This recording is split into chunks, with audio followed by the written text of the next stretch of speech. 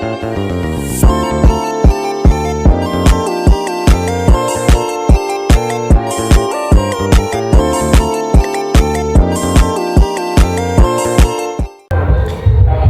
Assalamualaikum warahmatullahi wabarakatuh.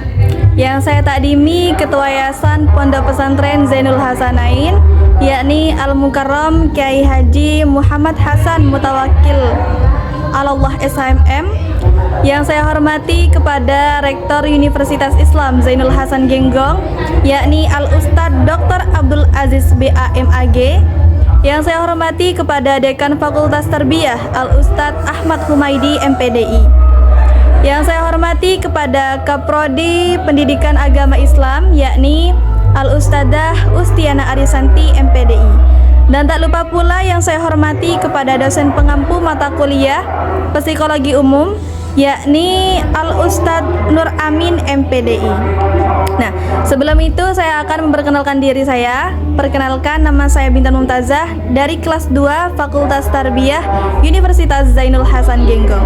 Nah, pada kesempatan ini saya akan membahas tentang definisi, sejarah, ruang lingkup, dan juga metode-metode psikologi umum.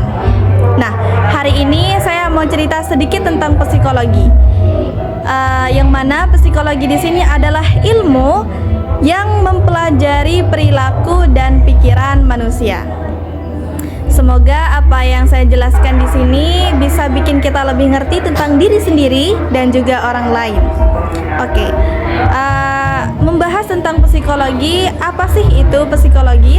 Jadi psikologi itu sebenarnya artinya ilmu tentang jiwa, yang mana diambil dari kata Yunani psike yang berarti jiwa, dan logos yang berarti ilmu.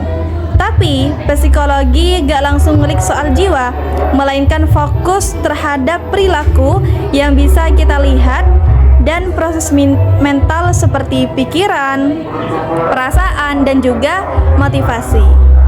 Nah, setelah kita mempelajari tentang definisi dari psikologi, apa sih tujuan kita untuk mempelajari psikologi?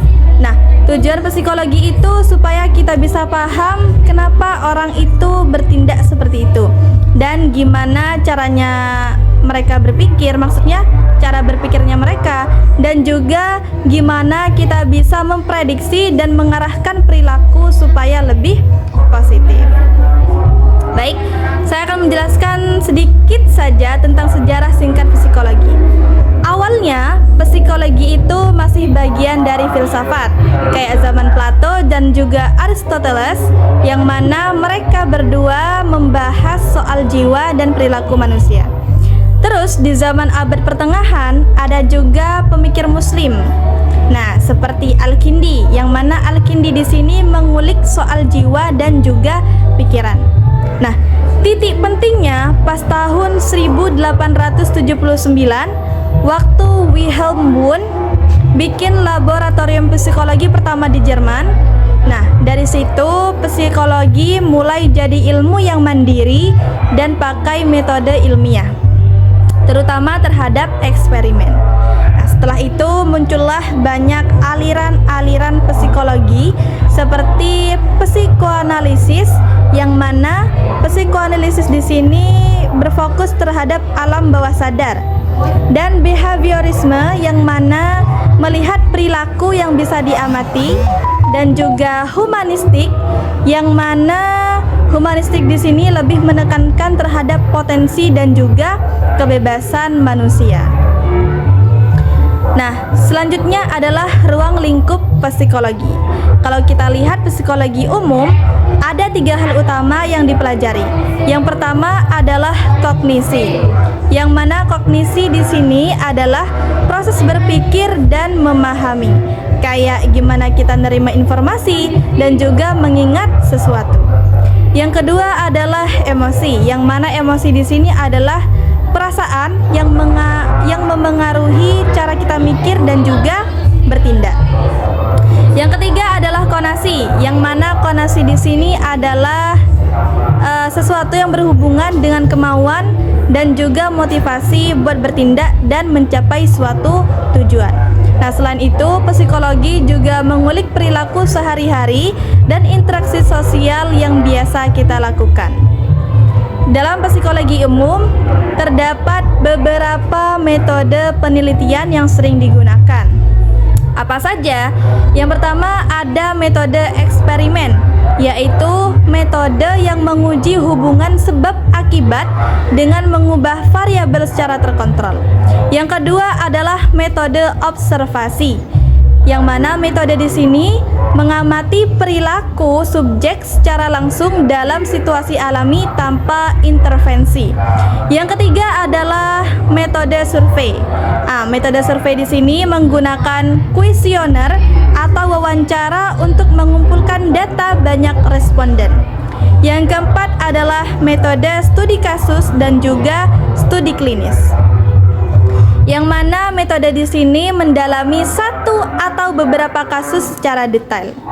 Yang kelima ada metode introspeksi, yaitu metode yang mengamati proses mental diri sendiri.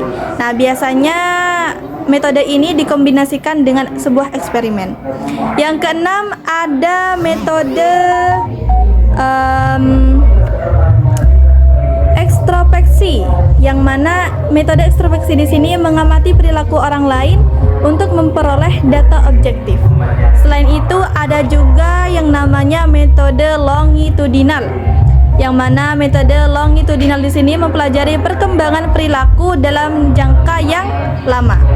Dan ada juga metode cross seksional, yang mana membandingkan kelompok berbeda dalam waktu yang sangat singkat.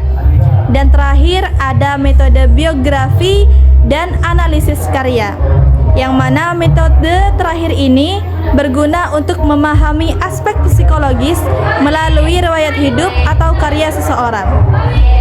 Dan pemilihan metode disesuaikan dengan tujuan penelitian dan sering dikombinasikan agar hasilnya lebih lengkap dan juga valid.